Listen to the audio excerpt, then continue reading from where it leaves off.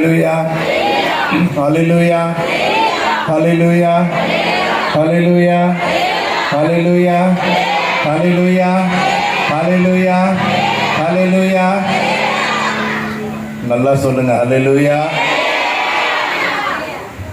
கர்த்தர் நல்லவர். கர்த்தர் பரிசுத்த நாமத்துக்கு மகிமை உண்டாவதாக. நானும் கூட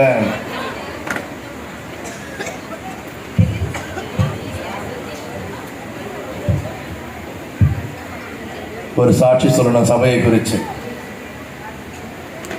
கடந்த ஆண்டு யாரெல்லாம் தாளவேடு கிராமத்துக்கு ஊழியத்துக்கு வந்தீங்க? கரங்களை வச்சு அறைய சொல்லுங்க பார்க்கலாம். தாளவேடு கிராமத்துக்கு ஊழியத்துக்கு போனோம். வந்தவாசி போகிற வழியில் குழி பணியாரெல்லாம் கொடுத்தாங்க சாயங்காலம்.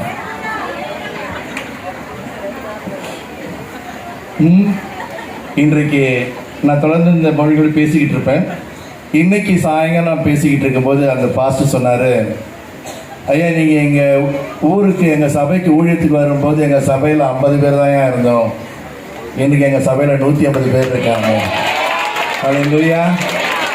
கால் மிதிக்கும் தேசமெல்லாம் கர்த்தருக்கு சொந்தமாகும்.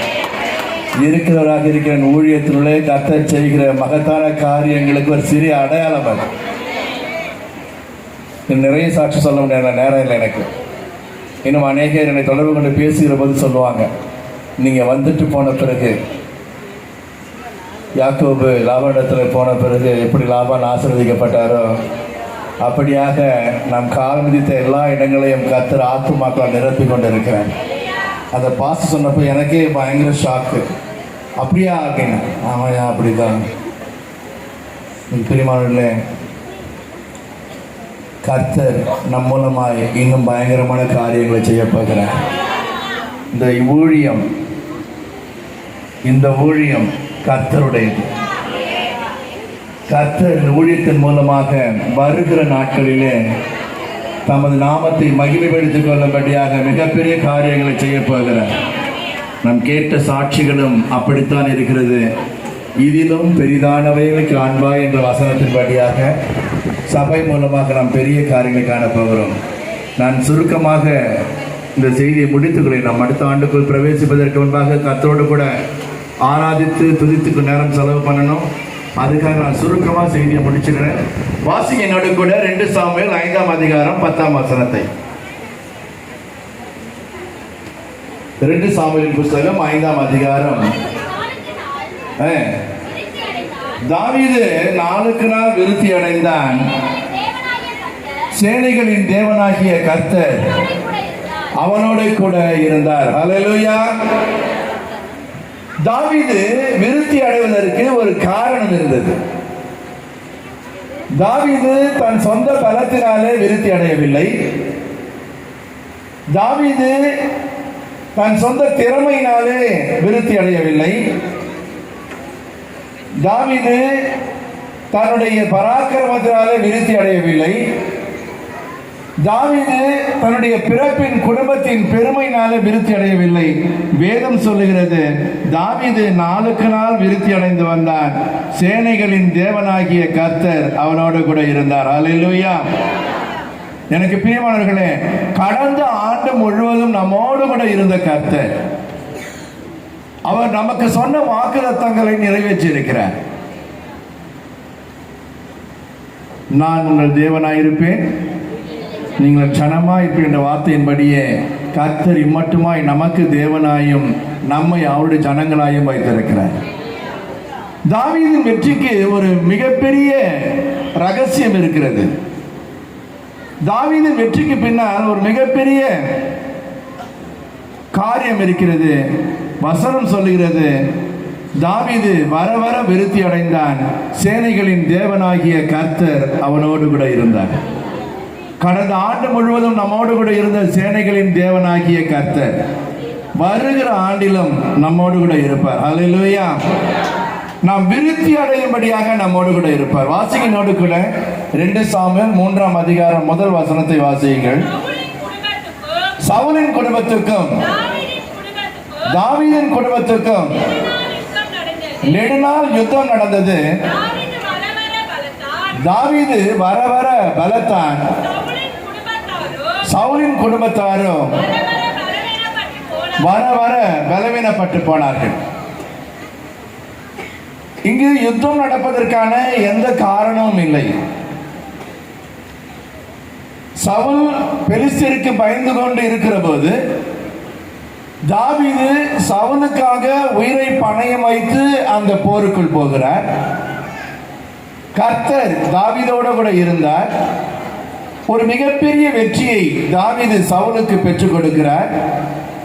ஆனால் சவுலுக்கும் தாவீதுக்கும் ஒத்து போகவே இல்லை. வேதம் சொல்லுகிறது அந்த வசனத்திலே, சவுலின் குடும்பத்துக்கும் தாவீதின் குடும்பத்துக்கும் நெடுநாளாய் யுத்தம் நடந்து கொண்டிருந்தது.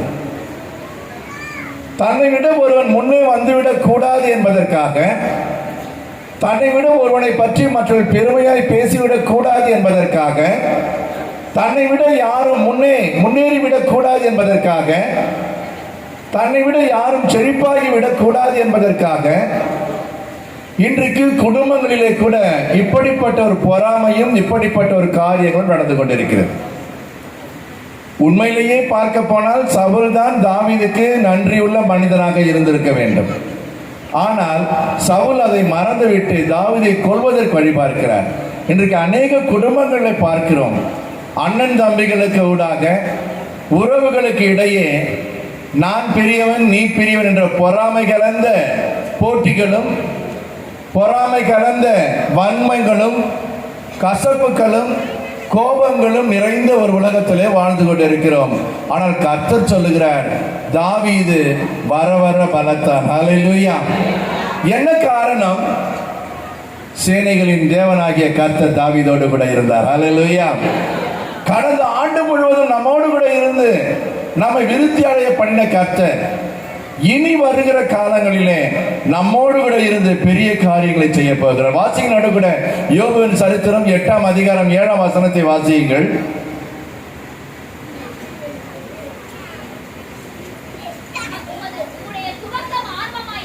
உம்முடைய துவக்கம் அற்பமாய் இருந்தாலும் உம்முடைய முடிவு சம்பூர்ணமாய் இருக்கும். ஹல்லேலூயா.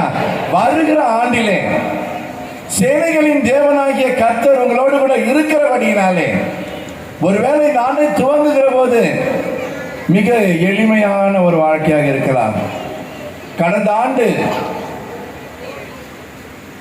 நாம் இந்த ஆண்டை துவங்கின போது நம் வாழ்க்கையில் இன்றைக்கு நின்று திரும்பி பார்க்கிற போது கர்த்தர் எவ்வளவு பெரிய செழிப்பை கட்டளையிட்டு இருக்கிறார், எவ்வளவு பெரிய ஆசீர்வாதங்களை கட்டளையிட்டு இருக்கிறார்.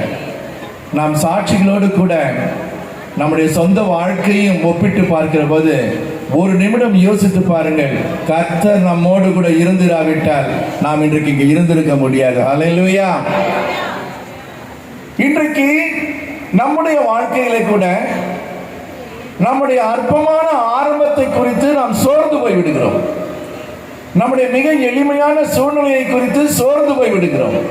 ஐயோ, என் வாழ்க்கை இப்படி இருக்கேன், நான் இவ்வளவு தானா, நான் இதுக்கு மேல என் வாழ்க்கை வளராதா, இதுக்கு மேல என் வாழ்க்கை செழிப்பாகாதா, இதுக்கு மேல என் வாழ்க்கை சந்தோஷமா மாறாதா, இப்படி ஒரு அற்பமான, எல்லாராலும் புறக்கணிக்கப்படுகிற, எல்லாராலும் வெறுத்து ஒதுக்கப்படுகிற அப்படிப்பட்ட சூழ்நிலையில் இருந்து கொண்டிருந்தால் இந்த கர்த்தர் உங்களுக்கு சொல்லுகிறார், சேனைகளின் தேவனாகிய கர்த்தராகிய நான் எப்படி தாவீதோடு கூட இருந்து அவனை விருத்தி அடைய பண்ணினேனோ அதே போல உங்களோடு கூட இருந்து உங்களையும் விருத்தி அடைய பண்ணுவேன். ஹல்லேலூயா.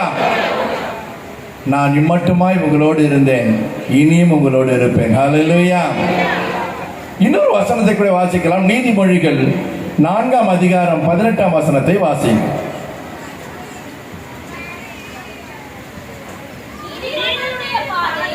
நீதிமானுடைய பாதை நண்பகல் வரைக்கும் அதிகமாய் பிரகாசிக்கிற சூரியனை போல இருக்கும். சூரிய பிரகாசம் போல இருக்கும். இருக்குதா? சரி, கவனிங்க. இப்ப தூரத்துல ஒரு வெளிச்சம் தெரியுது. இங்க நீங்க இருட்டில் இருக்கீங்கன்னு வச்சுக்கோங்களேன். நீங்க மெதுவா அந்த வெளிச்சத்தை நோக்கி போக போக போக போக போக அந்த முழுமையான வெளிச்சத்தில் போகும்போது உங்களுக்குள்ளாக அந்த இடத்தை குறித்த ஒரு தெளிவு பிறக்கும். சூரியன் காலையிலே உதிக்கும் போது அது அப்படியே மிக பிரகாசமா இருக்கிறது இல்லை. ஆனால் நண்பகல் சூரியனுடைய வெளிச்சம் வித்தியாசமாக இருக்கும். காலையில 6 மணிக்கு சூரியன் உதித்தாலும் கூட வீட்டில் லைட்டு போட்டு தான் படிக்கணும். ஆனா 12 மணிக்கு சூரியன் உச்சியில் நிற்கிற போது நமக்கு வெளிச்சம் தேவைப்படுகிறது இல்லை. கர்த்தருடைய ரத்தத்தினாலே